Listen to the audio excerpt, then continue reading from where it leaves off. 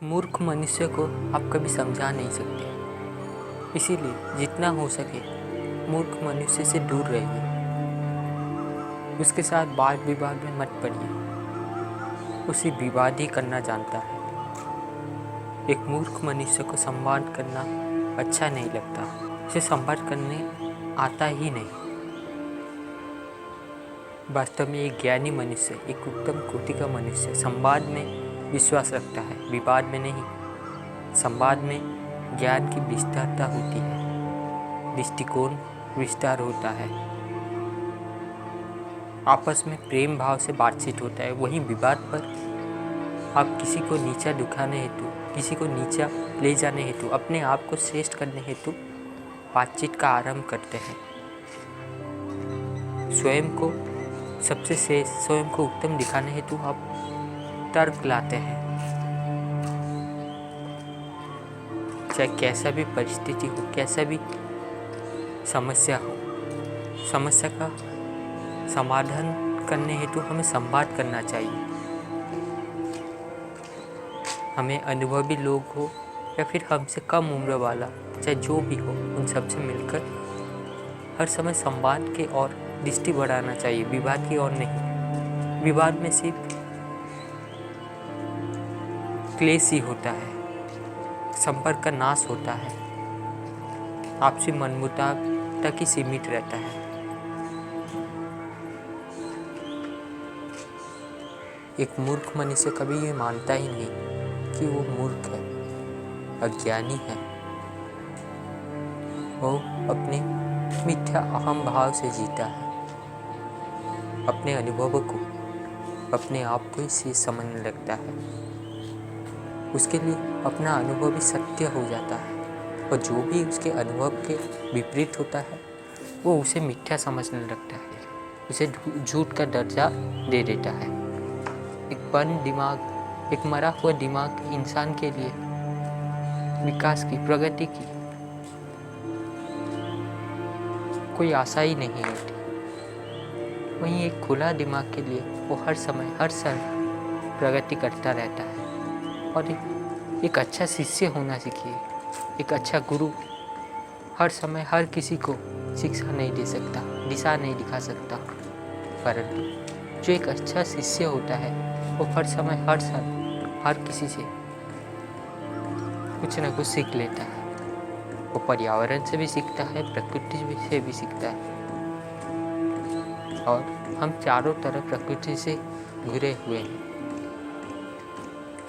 और प्रकृति के हर छोटे बड़े प्राणी तथा सबसे सीखता रहता है। और वास्तव में गुरु एक आदमी नहीं होता, गुरु एक तत्व होता है।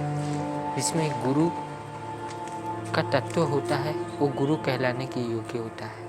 और वो गुरु का तत्व चाहे वो किसी छोटे बच्चे में हो, किसी अनुभवी मनुष्य में हो, किसी युवक में हो, किसी वृद्ध महिला में हो, किसी में भी हो, जिसमें ये वृद्ध गुरु तत्व का अनुभूति होता है, गुरु तत्व को दिखाई पड़ता है, गुरु तत्व का दिखावा पड़ता है, गुरु तत्व का अनुभूति होता है, वही गुरु कहलाने के योग्य होता है। और गुरु तत्व गुरु तत्व क्या होता है? गुरु तत्व वो होता है जो तुम्हें अंधकार से मुक्ति की ओर लेके जाए, जो तुम्हें अंधकार से प्रकाश की ओर लेके जाए, जो आपके बंधन को काटकर आपको आज़ादी दे। वास्तव में आशा ही सभी बंधनों का कारण होता है, कामना ही सभी संघर्षों का मूल जड़ होता है। जो कामना शून्य होता है, जो सिर्फ अपने धर्म को कर्तव्य समझकर करने लगता है, वास्तव में वो एक महान इंसान होता है। और वही निष्काम कर्म कर सकता है जो सिर्फ अपने धर्म को जानता हो और अपने कर्तव्य के प्रति अनुराग रखता हो, फल के प्रति नहीं। वास्तव में जो श्रेष्ठ मनुष्य होता है, जो उच्च कोटि का मनुष्य होता है, वो हमेशा सेवा की ओर आगे बढ़ता है। और वो जब एक उच्च श्रेणी का कार्य पकड़ लेता है, तब उसे उस उच्च कोटि उच्च श्रेणी के कार्य प्रति वो समर्पित हो जाता है, पूर्ण समर्पित हो जाता है। और चाहे उसमें उसका शरीर का बलिदान ही क्यों ना देना पड़े, उसका प्राण का बलिदान ही क्यों ना चढ़ जाए, तब भी वो उस काम को आनंद के साथ मग्नता से अपना अपना धर्म समझकर निभाता रहता है। कारण वो कार्य इतना बड़ा होता है, क्यों ना वो जन कल्याण के लिए होता है, राष्ट्र के लिए होता है। और जब आप इतना बड़ा कार्य करने के लिए निकल जाते हो,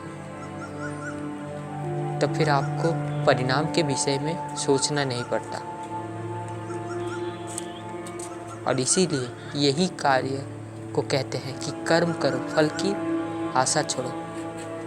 और जब हम एक निकृष्टम निम्नतम कार्य करते हैं, वास्तव में जिसमें जो कार्य स्वार्थ के वशीभूत होता है, जिसमें हम कुछ पाने की, कुछ कामना करने की आशा रखकर करते हैं, लोभ मोह लालच के वशीभूत होकर कार्य करते हैं, उसमें हम परिणाम से अलग नहीं रह सकते। हमारा एकाग्रता परिणाम की ओर चली जाती है, हमारा दृष्टि परिणाम पर ही रहता है। वहाँ पर हम सकाम से निष्काम नहीं हो पाते।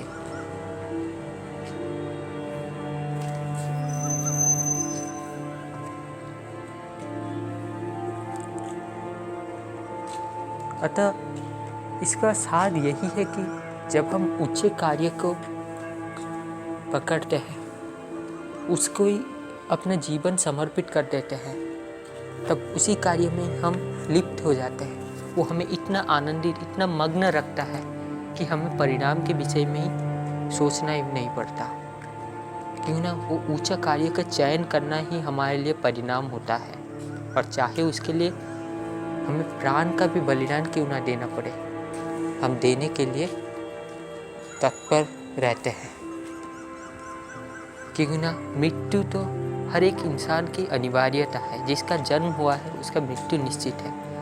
परंतु जो एक श्रेष्ठ कार्य करते हुए इस तरह वीरगति को प्राप्त हो, उससे एक अच्छा मृत्यु क्या हो सकता है।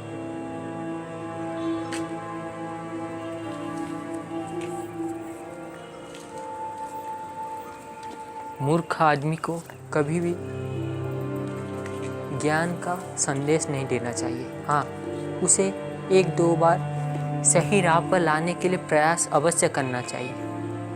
परंतु जैसे कि हम जानते हैं कि सर्प को जितना भी दूध पिलाते जाएंगे, उससे उसका जहर में ही वृद्धि होती है, विष में ही वृद्धि होती है।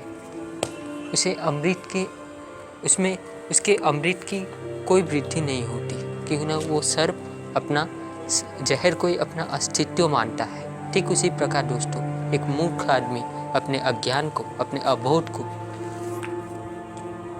अपना सत्यता मान लेता है, उसे ही सच समझने लगता है। वो अज्ञान को ही अपना जीवन मान लेता है। इसीलिए वो उसको जितना भी ज्ञान दिया जाए, वो उसका उतना ही अहित होगा।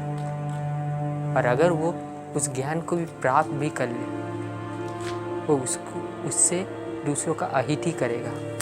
जिस प्रकार एक शस्त्र अगर गलत आदमी के हाथों लग जाए, तो वो शस्त्र सही कार्य में ना लगने के बजाय गलत कार्यों में लग जाता है। क्योंकि ना उस शस्त्र को चलाने वाला इंसान, उस शस्त्र का चालक एक गलत इंसान है, एक नेक प्रकृति का नहीं है। इसीलिए दोस्तों, ये समय बहुत ही अनमोल है, बहुत ही अमूल्य है। अपने ऊर्जा सही जगह पर खर्च कीजिए।